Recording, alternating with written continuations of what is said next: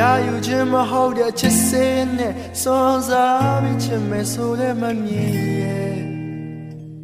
ချိန်မတော်ရင်ပြန်လက်ထမငါကိုဆွေးသွားလို့ရတဲ့ဖိတ်စာရဲ့